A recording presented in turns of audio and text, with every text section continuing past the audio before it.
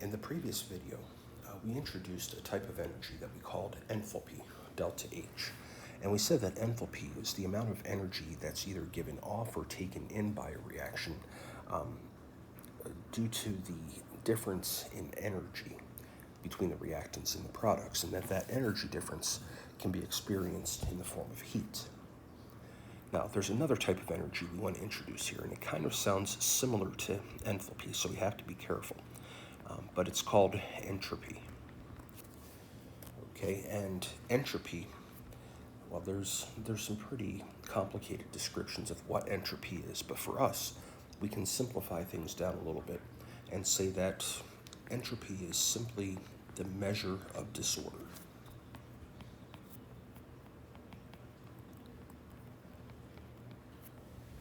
Okay, and the laws of thermodynamics tell us that the entropy of the universe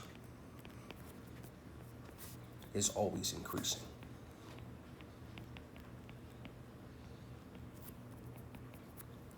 And there's no way around that. Okay, so generally speaking, we can say that if entropy is constantly increasing in the universe, then we can say that the disorder of the universe is always increasing. And I think this is something that we can witness in our own observations. For example, you can imagine if you were to not take care of your lawn for several years, the amount of disorder would definitely increase during that time. Also, if you were to imagine taking a glass and dropping it on the floor and watching it explode into all these little shards of glass, okay, going from having a glass that's completely intact to a glass that is completely broken down into tiny parts scattered all over the place in random fashion, that is an increase in entropy. Notice that we don't routinely see shards of glass spontaneously kind of going back together and reforming what they started off as. Okay, that would go against entropy. Now, that's not to say that entropy has to always increase within a system. It just has to constantly increase in the universe. So in principle, I could take those shards of glass and glue them back together again. And if I did that, I would be working against entropy, but I would have to put work into that. Okay, so there's a way of getting around it if you need to. And what's interesting is that you'll find that the work that you do to fight against entropy by itself will actually increase the entropy of the universe. And I know it's kind of a tricky thing to wrap your brain around. Now, entropy is symbolized by the letter S. And for any process, we can have a change in entropy, which we call our delta S. Okay, so in the case of the glass being dropped from the counter onto the floor and breaking up into thousands upon thousands of little pieces, the change of entropy is positive. It's increasing. Okay, we've gone from being more ordered to being more disordered. Okay, the other way around, though, is not something that we typically observe.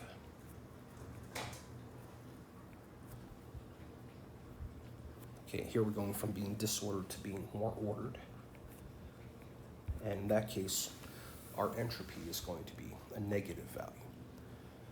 Now, how does this relate to chemistry? I mean, we don't talk much about breaking glasses in chemistry, although in the laboratory it does happen. But we could have a chemical reaction that shows an increase in energy. For example, if you were to imagine going from water in the liquid phase and add heat to that so that it converts over to the gas phase. Okay, we're going from water molecules that are fairly close to one another, moving relatively slowly, to water particles that are fairly spaced out and really moving around fast and bouncing off the containers. If I was trying to keep track of one of these things, it would just be impossible. Okay, so this process of going from a liquid to a gas shows an increase in entropy.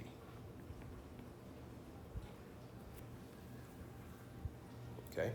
In fact, many of the properties of chemical reactions that lead to an increase in entropy also lead to an increase in the amount of gas. Another example of entropy at work would be in the reaction of, let's see here, taking a solid like sodium chloride and adding water to it so that it becomes solvated.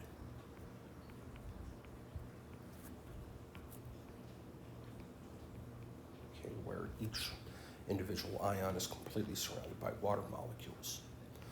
But think about what sodium chloride looked like before adding water to it. We had the ions all lined up in a very regular repeating pattern.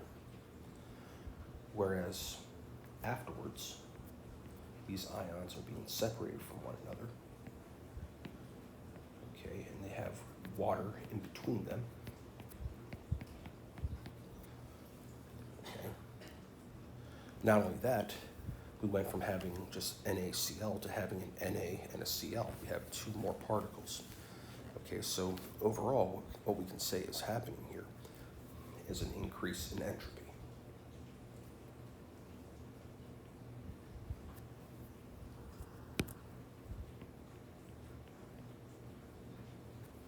Okay, another place where we see an increase in entropy is going to be a reaction where we have more particles or more molecules being produced than what we started off with. For example, we could take liquid water and we could electrolyze this to form hydrogen gas plus oxygen gas. Okay, if I balance this out, what you see is we go from 3 particles, I'm sorry, I can count. We go from having 2 particles on one side to having 3 particles on the other side. Okay, and that gives more randomness, that gives more positions that the particles can find themselves. And again, this is going to increase the entropy. And of course, going in the opposite direction for any one of these, going from here to here, or here, or here, is going to cause a decrease in entropy. Okay, so with this we can make some generalizations. Okay, for a reaction or any process to be spontaneous, okay, we want it to be enthalpically favorable. In other words, so if we want something to be spontaneous, okay, the delta H should be negative.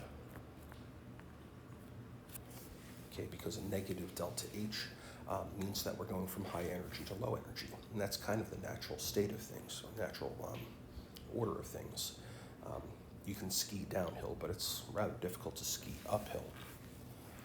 Okay, and we need the entropy to be increasing.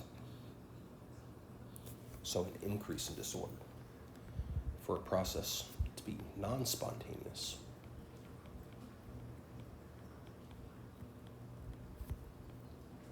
okay, the enthalpy would be positive, so going uphill in energy, and we would be getting more ordered, so the entropy would be negative. Okay, but what happens if we get some other situation where we have a delta H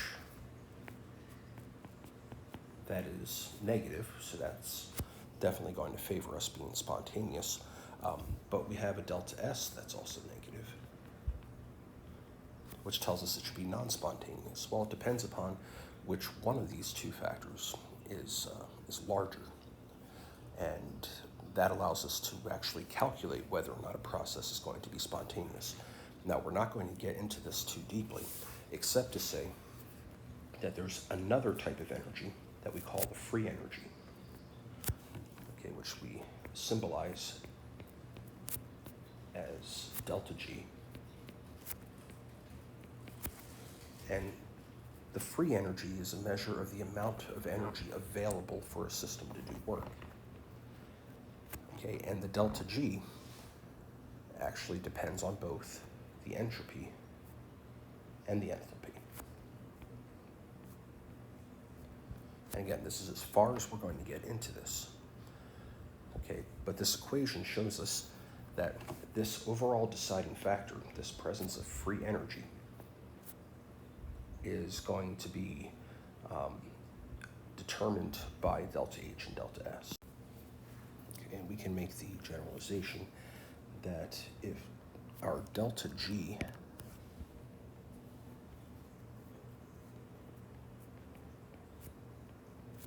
is equal to a negative value, then the reaction is spontaneous. It'll happen. Whereas if delta G is a positive value, it won't be spontaneous. Okay, and that's the relationship that we need to be familiar with here. Okay, so if we take these three different types of energy here, we have delta H, delta S, and delta G. Okay, delta H tells us if we're going uphill or downhill in energy.